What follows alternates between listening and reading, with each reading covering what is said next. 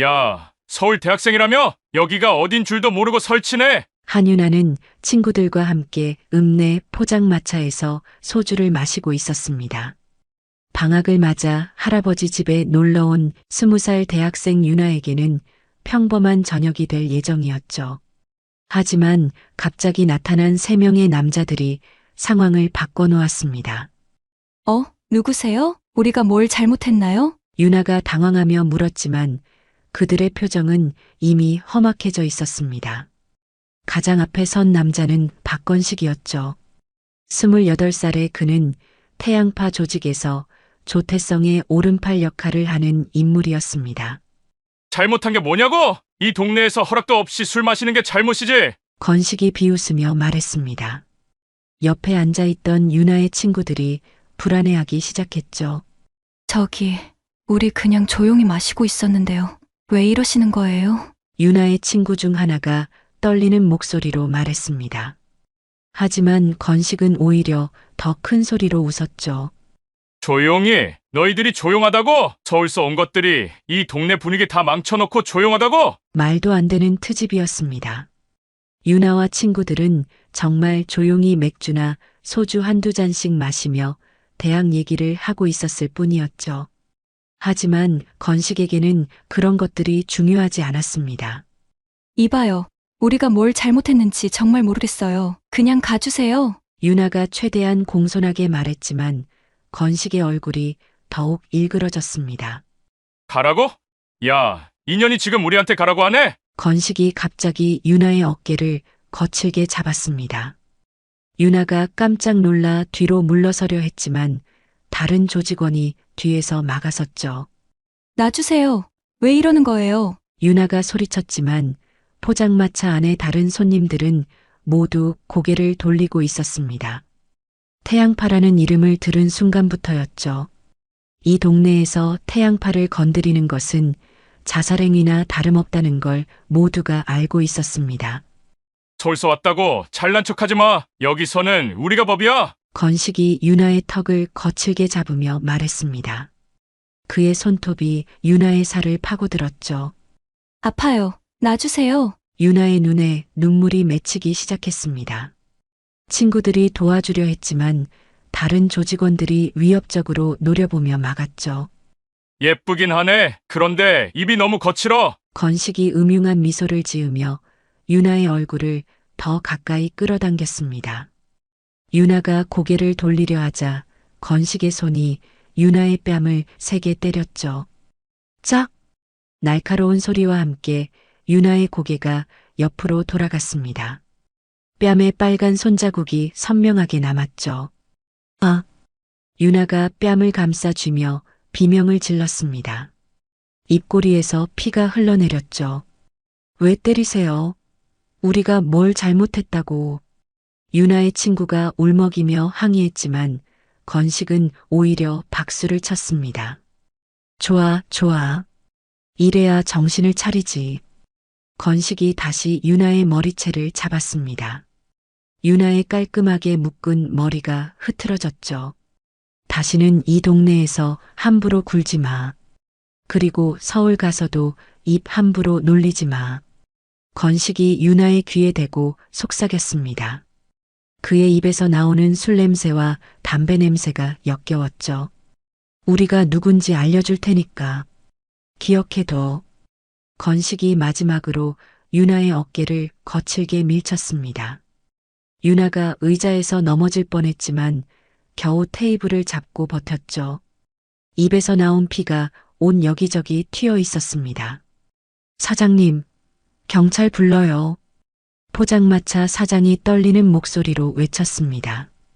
그제야 건식과 조직원들이 흥미를 잃은 듯 일어섰죠. 좋아, 오늘은 여기서 끝내주마. 하지만 다음엔 가만두지 않을 거야. 건식이 마지막으로 윤아를 노려보며 말했습니다. 그들이 사라진 후에도 윤아는 한동안 떨림을 멈출 수 없었죠. 집으로 돌아가는 길, 윤아는 계속 뒤를 돌아봤습니다. 그들이 따라오는 것은 아닌지, 혹시 집까지 알아내는 것은 아닌지 두려웠죠. 하지만 더 큰 두려움은 할아버지에게 이 일을 말해야 하는지 말아야 하는지였습니다. 할아버지가 걱정하실 텐데 방학을 맞아 잠시 할아버지 댁에 머물고 있는 게 할아버지에게 걱정만 끼쳐드리는 게 아닌가 생각이 들었습니다. 유나는 작은 거울을 보며 멍든 얼굴을 확인했습니다. 화장으로 가릴 수 있을까 생각해봤지만 턱에 난 손톱 자국과 터진 입꼬리는 숨기기 어려웠죠. 결국 유나는 넘어졌다고 거짓말하기로 결심했습니다. 할아버지는 그냥 평범한 농부시잖아. 이런 일로 걱정 끼쳐드릴 순 없어. 집에 들어선 유나는 할아버지에게 밝은 척 인사했습니다. 할아버지, 저 왔어요. 하지만 한상구는 이미 눈치채고 있었습니다. 손녀의 걸음걸이, 목소리의 떨림, 그리고 억지로 만든 미소까지 평소의 밝은 손녀딸의 모습이 아니었음을 몰라볼 수가 없었죠. 유나야, 오늘 무슨 일 있었니? 얼굴이 많이 안 좋아 보이는구나. 아니에요, 할아버지. 술을 마시고 넘어졌지 뭐예요. 평소에 이런 일이 있었으면 깔깔거리며 자랑하듯 이야기했을 텐데 오늘은 슬픈 이야기처럼 들렸어요. 결정적으로 방으로 들어가기 전 유나의 눈에 눈물이 흐르는 것을 보았어요. 손녀딸이 다친 모습을 보니 가슴이 찢어지게 아팠죠. 그날 밤 상구는 헛간에서 오래된 철제 상자를 꺼냈습니다. 먼지를 털어내고 조심스럽게 열자 낡은 휴대전화가 나타났죠. 그는 오랫동안 그 전화기를 바라보다가 마침내 전원을 켰습니다. 화면에 떠오른 연락처 하나. 긴급 상황 정만호. 상구의 손가락이 잠시 머뭇거렸지만 곧 통화 버튼을 눌렀습니다. 두 번의 신호음 후 익숙한 목소리가 들려왔죠. 형님? 만우야, 나다. 세상에. 정말 오랜만이네요. 무슨 일이세요? 내 손녀한테 손댄 놈들이 있어. 전화 너머로 잠시 침묵이 흘렀습니다. 정만호는 그 말의 무게를 정확히 이해하고 있었죠. 알겠습니다. 지금 출발할게요. 그래. 그리고 만호야. 네, 형님. 조용히 처리하자. 애가 무서워할까봐. 전화를 끄는 상구는 창밖의 어둠을 바라보았습니다. 평화로운 시골밤이었지만 그에게는 전쟁터처럼 느껴졌죠. 오랫동안 잠들어 있던 괴물이 깨어나려 하고 있었습니다. 다음 날 아침 태양파 본부는 평소와 다름없이 분주했습니다. 겉으로는 대성건설이라는 간판을 걸고 있었지만 실상은 이 지역 최대 조폭 조직의 본거지였죠. 3층 건물 2층에 있는 조태성의 사무실에서는 어젯밤 일에 대한 보고가 이루어지고 있었습니다. 형님, 어젯밤에 건식이가 서울에서 온 대학생들 좀 혼내줬습니다. 부하 조직원이 웃으며 말했습니다. 43살의 조태성은 고급 정장을 입고 가죽 의자에 앉아 있었죠. 언뜻 보면 성공한 사업가 같았지만 그의 차가운 눈빛에는 오랜 폭력의 흔적이 배어 있었습니다. 그래, 요즘 외지 것들이 너무 설치더라. 태성이 만족스러운 표정으로 고개를 끄덕였습니다. 이 동네에서 자신들의 위세를 보여주는 것은 중요한 일이었죠. 경찰도, 검찰도, 심지어 지역 유지들까지 모두 자신들 편이었으니까요. 그때 사무실 문이 열리며 박건식이 들어왔습니다. 형님, 안녕하세요. 건식은 여전히 어젯밤 일을 자랑스러워하는 표정이었습니다. 건식아, 어젯밤 일 잘했다. 고맙습니다, 형님. 그런데 그 여자의 집이 어디인지 알아봤어요. 집을? 태성이 관심을 보였습니다. 네, 포장마차 사장한테 물어보니까 시골집에 할아버지랑 산다더라고요. 마을 사람들이 다 알고 있어요. 그래, 할아버지가 뭐 하는 사람인데? 그냥 농사 짓는 할아버지래요. 좋아. 다음에 가서 다시는 나대지 못하게 혼내주고 오자고. 근데 형님, 건식이 조금 망설이는 표정을 지었습니다. 왜 뭔데?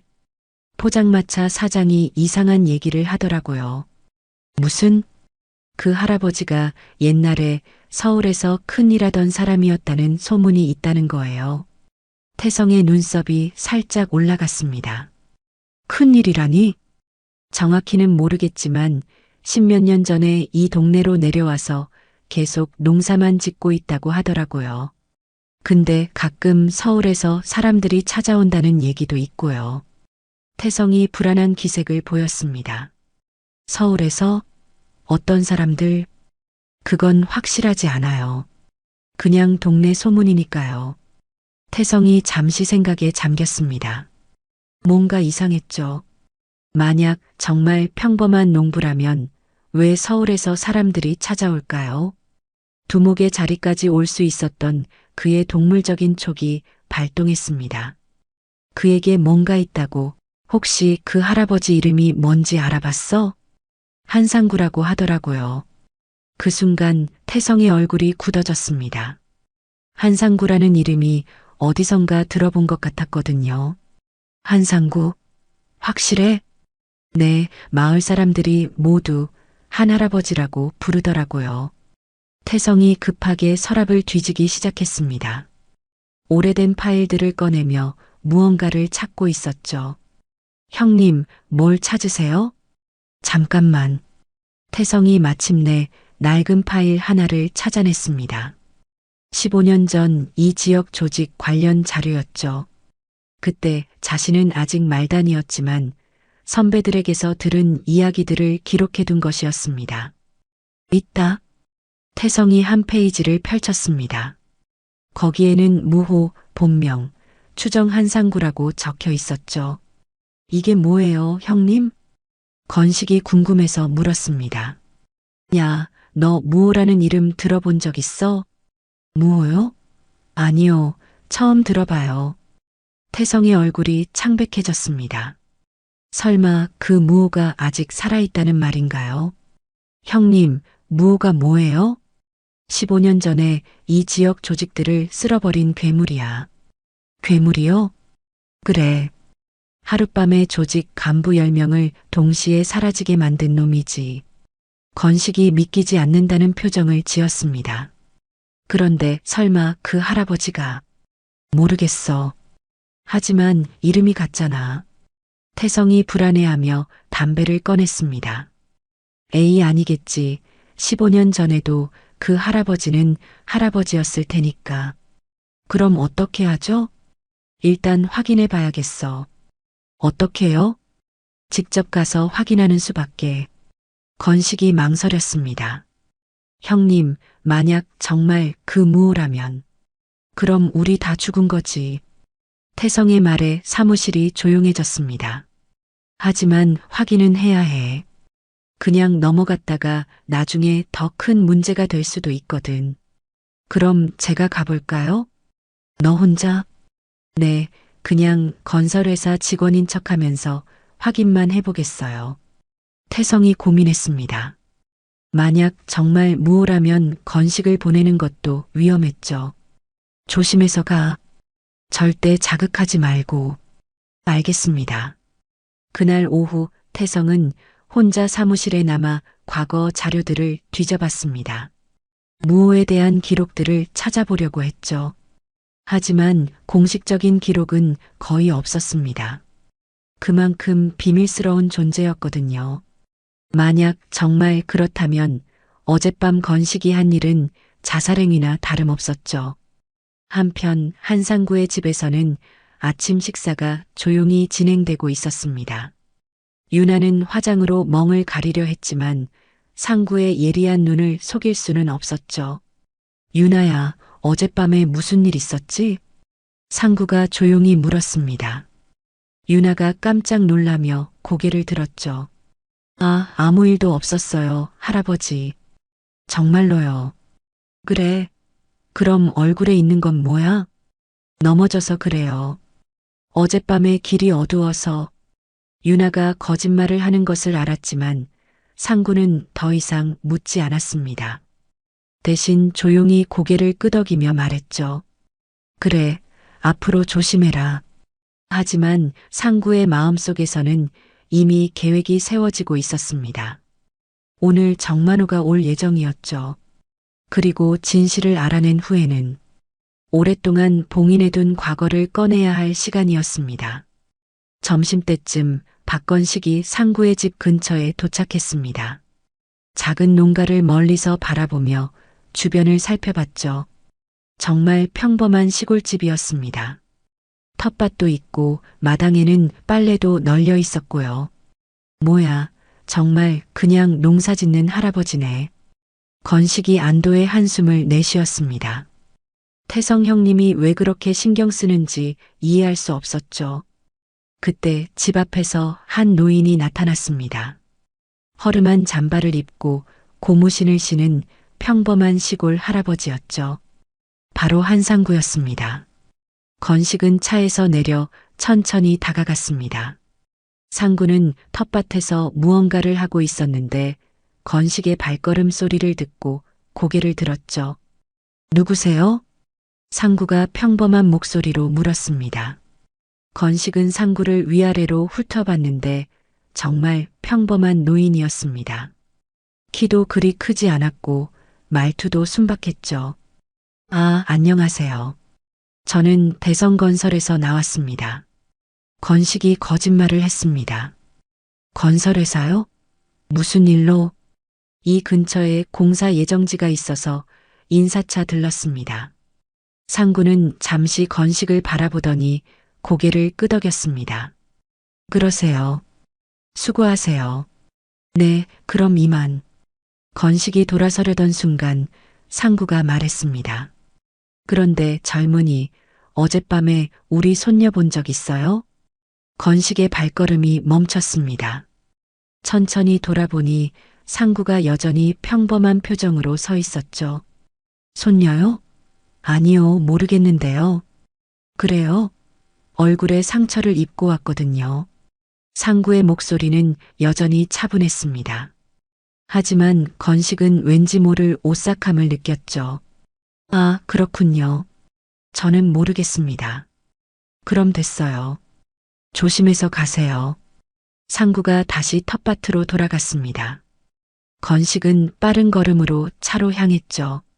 뭔가 이상했지만 정확히 뭔지는 알 수 없었습니다. 차를 타고 떠나면서 건식은 백미러로 상구를 다시 한번 봤습니다. 여전히 텃밭에서 일하고 있는 평범한 할아버지였죠. 뭐야, 괜한 걱정이었네. 하지만 건식은 몰랐습니다. 자신이 방금 만난 그 평범한 할아버지가 과연 누구인지를, 그리고 지금 이 순간에도 정만호가 이 마을을 향해 달려오고 있다는 것도 말이죠. 오후 3시, 낡은 포터 트럭 한 대가 한상구의 집 앞에 멈췄습니다. 트럭 뒤에는 각종 생선들이 얼음과 함께 가득 담겨 있었죠. 운전석에서 내린 남자는 50대 초반으로 보이는 정만호였습니다. 형님, 만호가 반가운 목소리로 외쳤지만 상구는 조용히 손짓으로 조용히 하라는 신호를 보냈습니다. 유나가 집안에 있었기 때문이죠. 오랜만이다, 만호야. 정말 오랜만이에요, 형님. 근데 갑자기 연락을 주시니까 깜짝 놀랐습니다. 만호의 얼굴에는 복잡한 감정이 스쳐 지나갔습니다. 반가움과 동시에 걱정도 있었죠. 상구가 연락을 한다는 것은 심상치 않은 일이 벌어졌다는 뜻이었으니까요. 들어와서 얘기하자. 상구가 만호를 안으로 안내했습니다. 거실에 앉으며 만호는 주변을 둘러봤죠. 정말 평범한 시골집이었습니다. 한때 지하세계를 뒤흔들었던 무호가 사는 곳이라고는 믿기지 않을 정도로요. 형님, 근데 정말 농사만 지으며 사세요? 응, 10년째야. 상구가 차를 우리며 대답했습니다. 만호는 상구의 변화에 놀랐죠. 예전의 날카롭고 차가운 모습은 온데간데였고 정말 평범한 할아버지 같았습니다. 그 손녀가 문제인가 보군요. 만호가 조심스럽게 물었습니다. 상구의 표정이 순간 굳어졌죠. 어젯밤에 누군가한테 얻어맞고 왔어.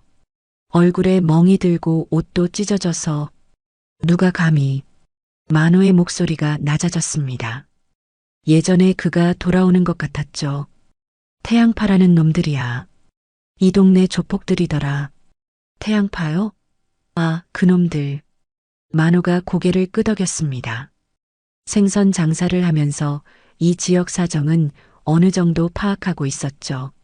조태성이라는 놈이 우두머리고 지역 정치인들과도 유착되어 있어요. 경찰서장도 그들 편이고요. 그래.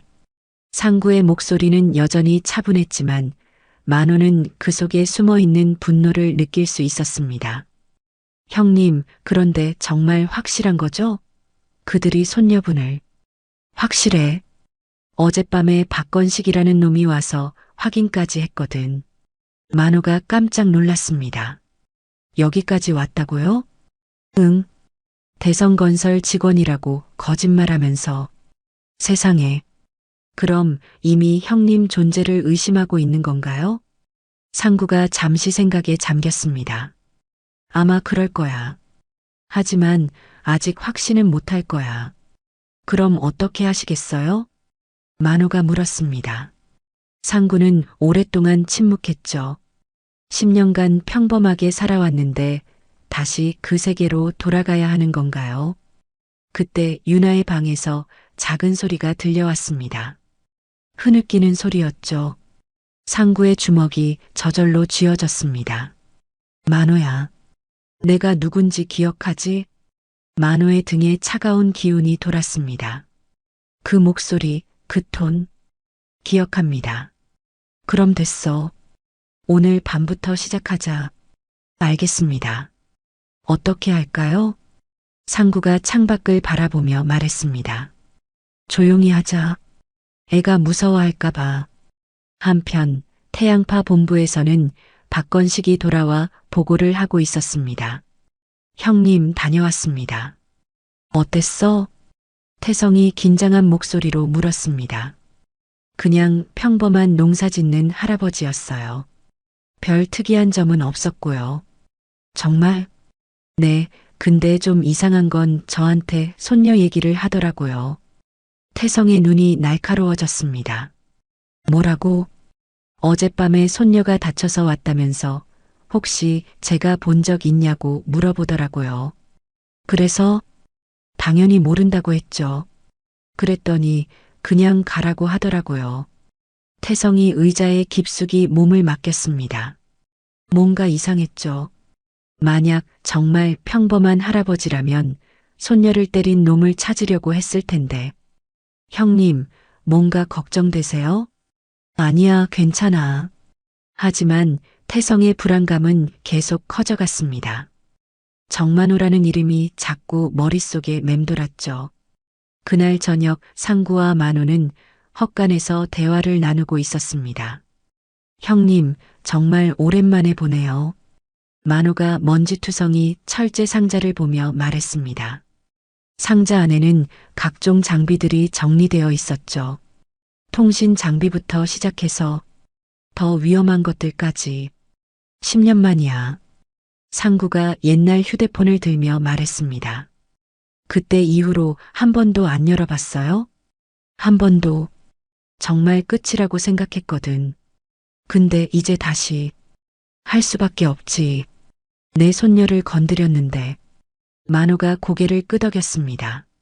무호의 가족을 건드린다는 것이 어떤 의미인지 잘 알고 있었죠. 어디서부터 시작할까요? 일단 정보부터 수집하자. 태양파 조직도, 뒷배경, 주요 인물들. 알겠습니다. 내일 아침까지 정리해서 가져올게요. 만호가 일어서려던 순간 상구가 말했습니다. 네, 고마워. 이런 일에 또 끌어들여서. 만호가 웃으며 대답했습니다. 형님, 뭔 소리예요? 전 원래 형님 거잖아요. 그들이 대화를 나누는 동안 유나는 방에서 창밖을 바라보고 있었습니다. 할아버지가 낯선 아저씨와 헛간에서 뭔가 이야기하고 있었죠. 생선 장사꾼 같아 보이는데 왜 이렇게 오래 얘기하는 걸까요? 할아버지가 누구랑 얘기하시는 거지? 유나가 궁금해했지만 굳이 나가서 확인하지는 않았습니다. 어젯밤 일 때문에 아직도 마음이 불안했거든요. 그날 밤 태성은 잠들지 못하고 있었습니다. 계속 불안한 마음이 들었죠. 혹시 정말 무호와 관련된 사람일까요? 아니면 그냥 평범한 할아버지일까요? 아니야, 그럴 리 없어. 이미 죽었다는 소문도 있었잖아. 하지만 마음 한편으로는 계속 불안했습니다. 태성은 그날 밤 술을 많이 마셨지만 불안감은 사라지지 않았습니다. 새벽 2시 상구는 홀로 마당에 나와 별을 바라보고 있었습니다. 평화로운 시골 밤이었지만 그의 마음은 전혀 평화롭지 않았죠. 10년 만에 다시 깨어난 괴물은 이제 돌이킬 수 없는 길을 걷게 될 것입니다. 다음 날 아침 정만호는 약속대로 두꺼운 파일을 들고 상구의 집을 찾았습니다. 겉으로는 생선 배달을 하는 것처럼 보였지만 실제로는 하룻밤 사이에 수집한 태양파의 모든 정보가 담겨 있었죠. 형님, 자료 가져왔습니다. 만호가 파일을 건네며 말했습니다. 상구는 그것을 받아 천천히 펼쳐봤죠. 조태성, 43살, 태양파 두목. 본명은 조태성이지만 사업자 등록 증상으로는 대성건설 대표로 되어 있어요. 상구가 조태성의 사진을 보며 고개를 끄덕였습니다. 뒷배경은 시의원 2명, 경찰서장, 그리고 검찰 간부 1명과 유착되어 있습니다. 특히 김동철 서장은 완전히 그들 편이에요. 사업 규모는 마약, 사채, 유흥업소, 그리고 건설업까지 연 매출이 대략 200억 정도로 추정됩니다. 상구의 눈이 차갑게 변했습니다. 과거와는 비교할 수 없을 정도로 큰 조직이 되어 있었죠.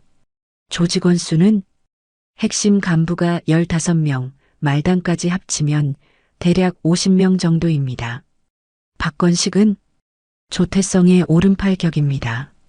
28살이고 특히 폭력 담당이에요. 상구가 박건식의 사진을 오래 바라봤습니다. 바로 이놈이 자신의 손녀를 때린 거죠. 이놈부터 처리하자. 어떻게 하시겠어요? 상구가 잠시 생각에 잠겼습니다. 예전 같으면 바로 제거했겠지만 이제는 상황이 달랐죠. 유나가 있었고 조용히 처리해야 했습니다.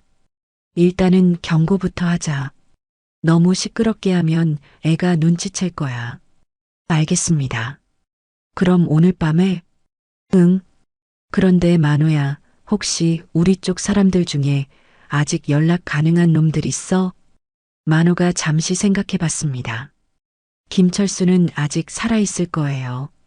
부산에서 조용히 지내고 있다고 들었고요. 철수가? 연락해봐.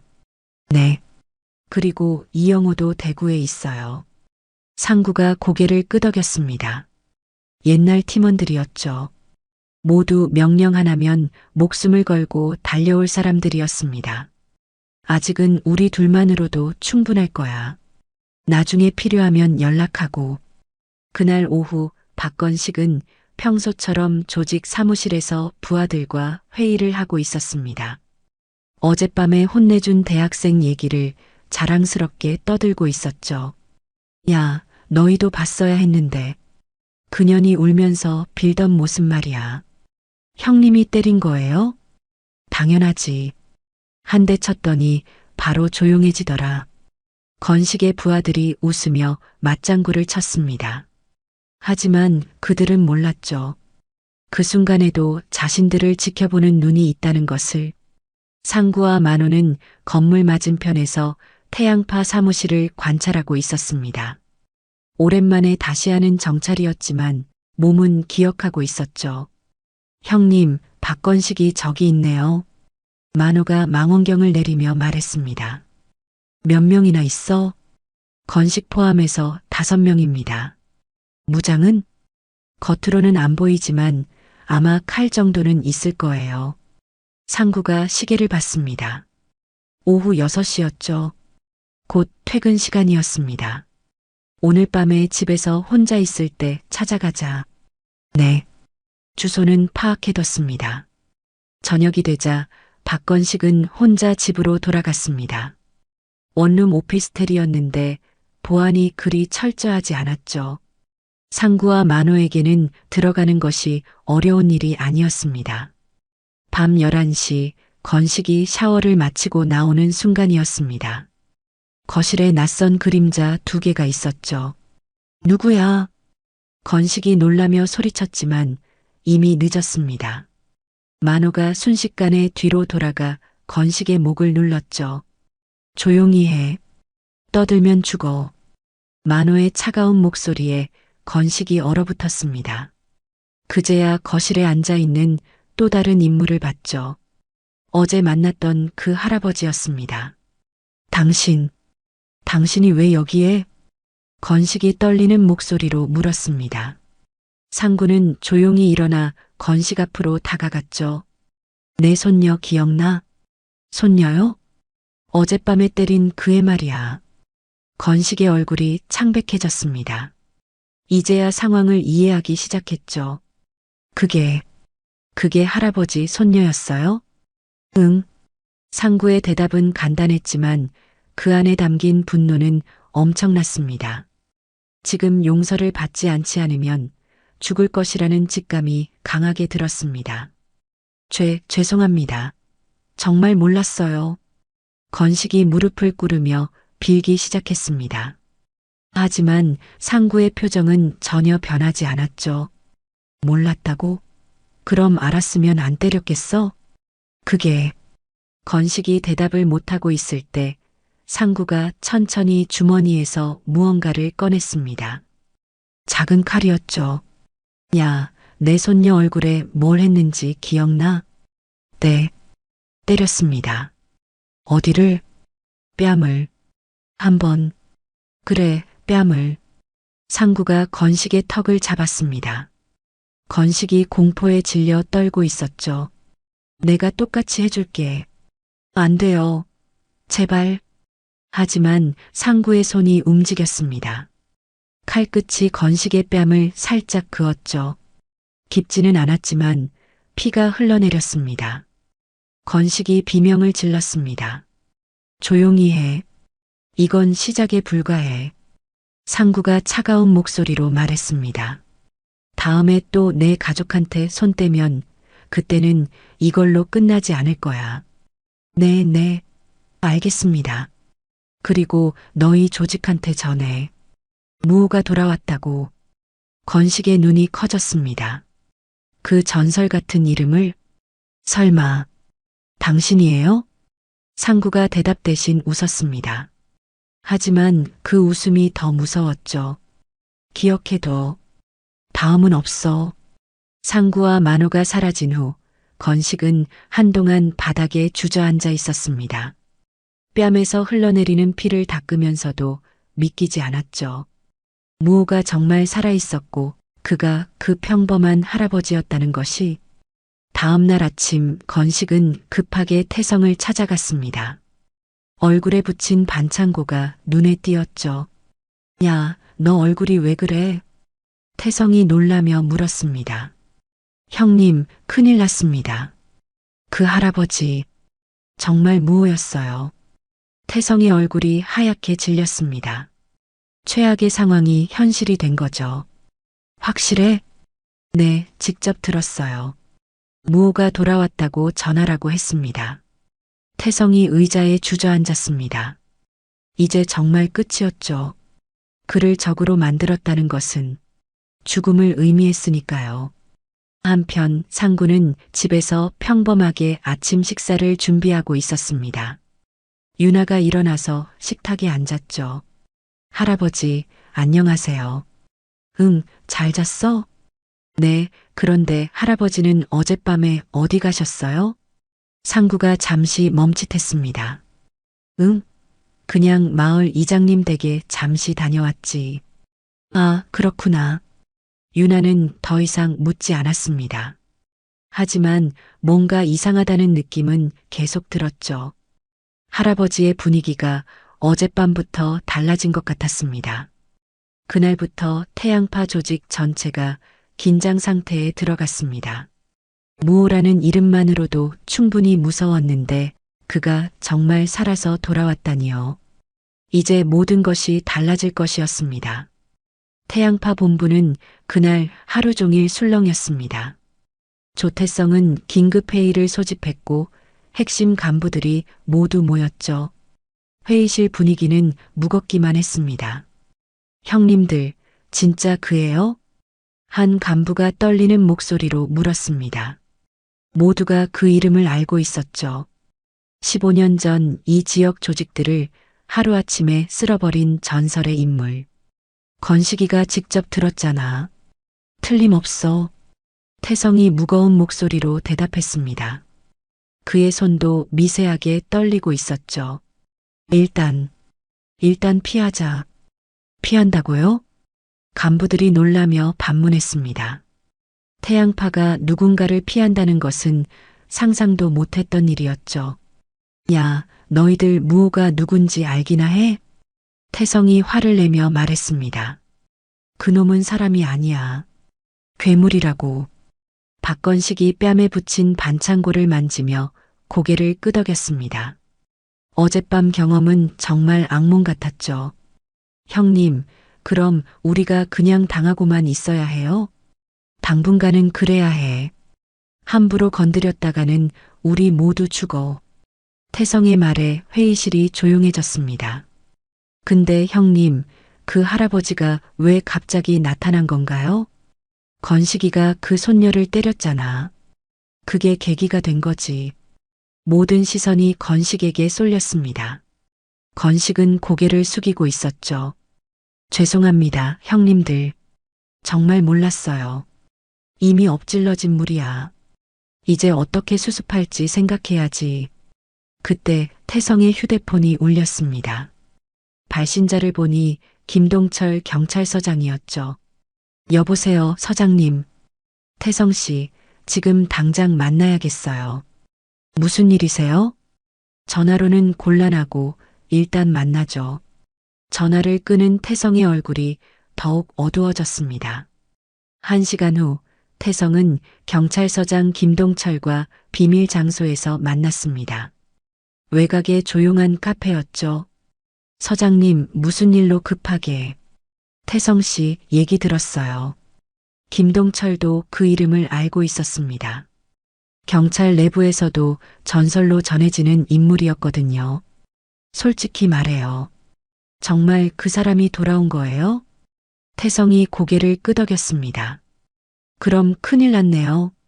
김동철의 얼굴도 창백해졌습니다. 왜요? 서장님도 아세요? 15년 전에 신참 경찰이었을 때 봤거든요. 그 사람이 어떤 일을 하는지. 김동철이 담배를 꺼내 피우며 말했습니다. 하룻밤에 조직 간부 12명이 동시에 사라졌어요. 흔적도 없이. 정말요? 네. 그리고 다음날 아침에 남은 조직원들이 모두 자수했어요. 무서워서. 태성이 침을 삼켰습니다. 그럼 어떻게 해야 하죠? 일단 저는 손 떼겠어요.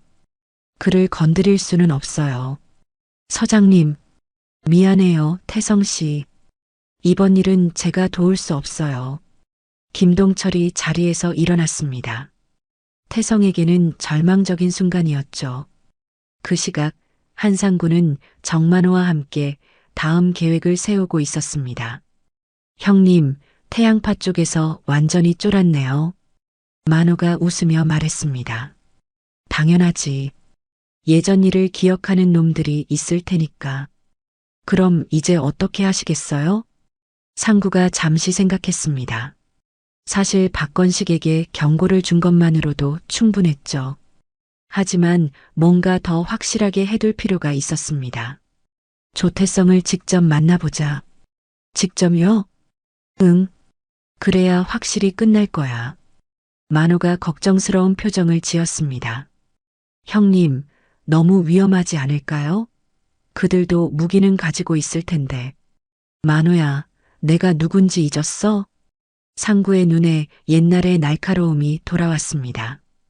예전의 모습이 다시 깨어나고 있었죠. 알겠습니다. 언제 하시겠어요?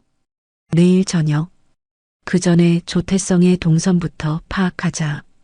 그날 밤 유나는 할아버지가 또 늦게 들어오는 것을 봤습니다. 며칠째 계속되는 일이었죠. 게다가 오늘은 어젯밤과 달리 혼자 들어왔습니다. 할아버지, 어디 다녀오세요? 유나가 궁금해서 물었습니다. 응? 그냥 마을 일 좀 보고 왔지. 마을 일이요? 응, 별거 아니야. 상구는 더 이상 설명하지 않았습니다. 하지만 유나는 뭔가 이상하다는 생각이 들었죠. 할아버지의 옷에서 나는 냄새도 평소와 달랐고 표정도 예전과 달랐습니다. 다음 날 오후 조태성은 평소와 다름없이 사무실에서 업무를 보고 있었습니다. 하지만 마음은 전혀 편하지 않았죠. 형님, 오늘은 일찍 들어가시는 게 어때요? 건식이 걱정스럽게 말했습니다. 왜? 혹시 모르잖아요. 태성도 그 말이 맞다고 생각했습니다. 오늘은 일찍 집에 가서 몸을 사리는 게 좋겠죠.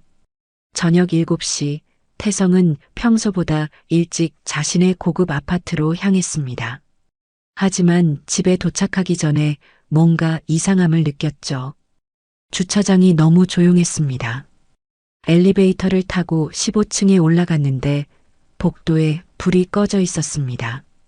태성이 불안해하며 열쇠를 꺼내는 순간이었죠. 조태성 씨, 뒤에서 조용한 목소리가 들렸습니다. 태성이 깜짝 놀라 돌아보니 어둠 속에서 한 사람이 나타났죠. 바로 한상구였습니다. 당신이 무오군요. 태성이 떨리는 목소리로 말했습니다. 그래, 오랜만이지? 상구가 천천히 다가왔습니다. 태성은 도망가고 싶었지만 다리가 움직이지 않았죠.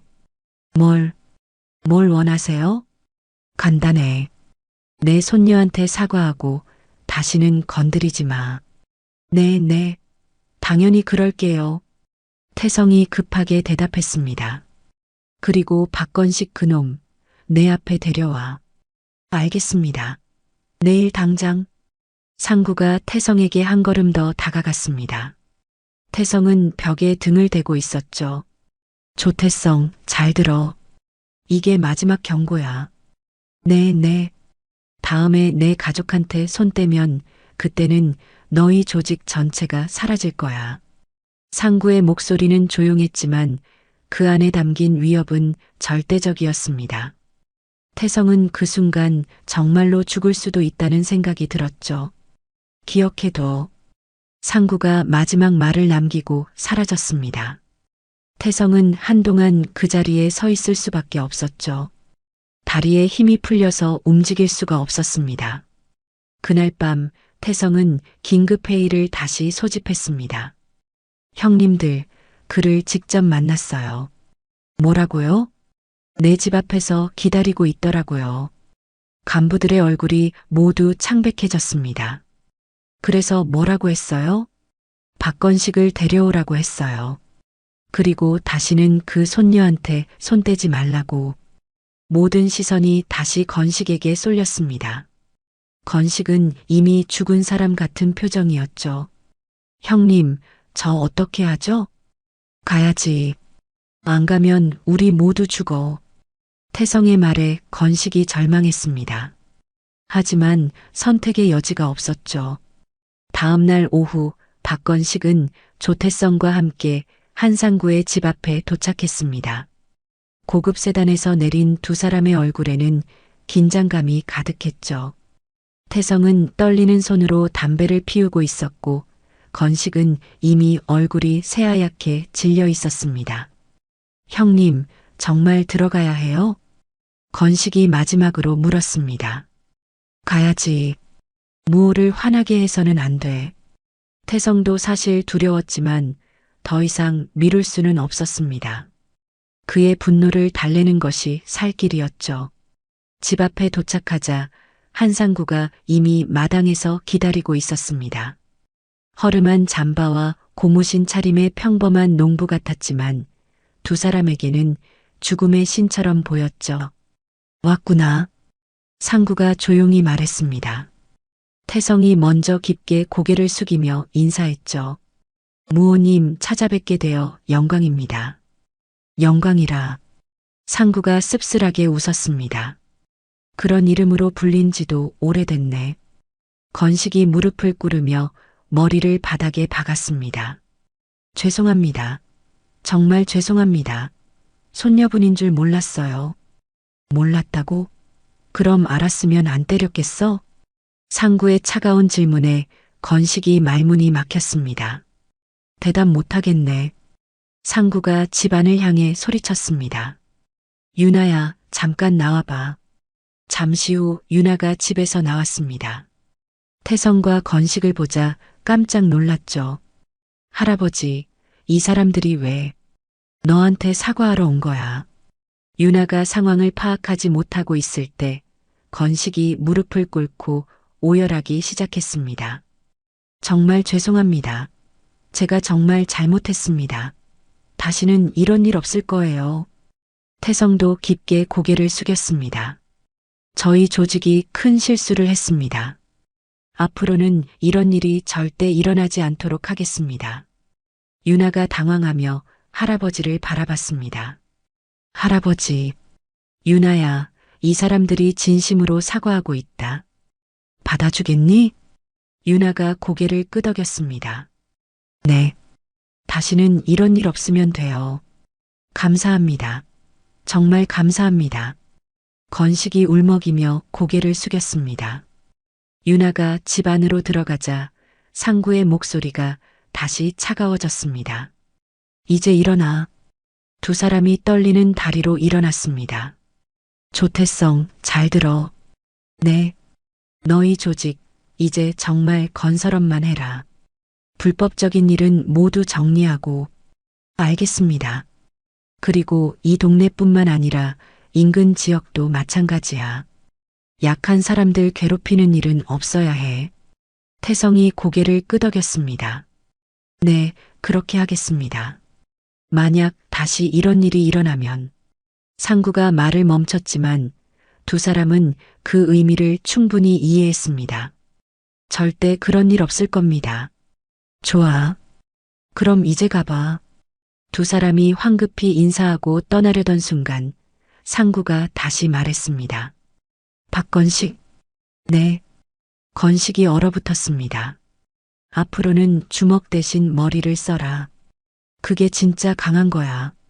건식이 눈물을 흘리며 고개를 숙였습니다. 네. 명심하겠습니다. 차에 타고 떠나면서 태성이 한숨을 내쉬었습니다. 형님, 정말 무서웠어요.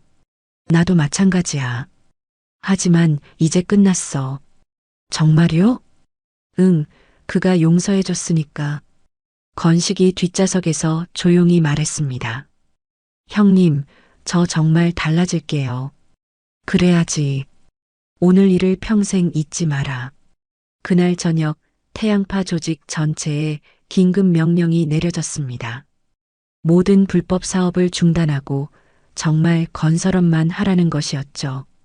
또한 약한 사람들을 괴롭히는 일은 절대 하지 말라는 지시도 함께 내려졌습니다. 조직원들은 처음에는 당황했지만 곧 이해했습니다. 무호를 적으로 만드느니 차라리 가난하게 사는 게 나았으니까요. 한편 상구는 유나와 함께 저녁을 먹고 있었습니다. 할아버지, 오늘 그 사람들이 정말 진심으로 사과하는 것 같았어요. 그래, 다신 그런 일 없을 거야. 할아버지가 뭐라고 하신 거예요? 상구가 부드럽게 웃었습니다. 그냥 할아버지가 할 수 있는 말을 했지. 할아버지 정말 대단해요. 유나가 존경스러운 눈빛으로 할아버지를 바라봤습니다. 그날 밤 정만호가 상구를 찾아왔습니다. 형님, 정말 이걸로 끝난 건가요? 응, 끝났어. 태양파 쪽에서 완전히 손을 들었다더군요. 그래야지. 만호가 감탄하며 말했습니다. 역시 형님이에요. 단 하루 만에 정리하시다니. 만호야, 나는 이제 정말 그냥 할아버지야. 네, 알겠어요. 앞으로는 정말 조용히 살 거야. 손녀랑. 만호가 이해한다는 듯 고개를 끄덕였습니다. 하지만 언제든 필요하시면. 고마워. 하지만 이제는 정말 끝이야. 일주일 후 마을에는 평화가 찾아왔습니다. 태양파는 정말로 불법 사업을 모두 정리하고 건설업에만 집중하기 시작했죠. 박건식은 조직 내에서 교육 담당을 맡아 후배들에게 올바른 길을 가르치고 있었습니다.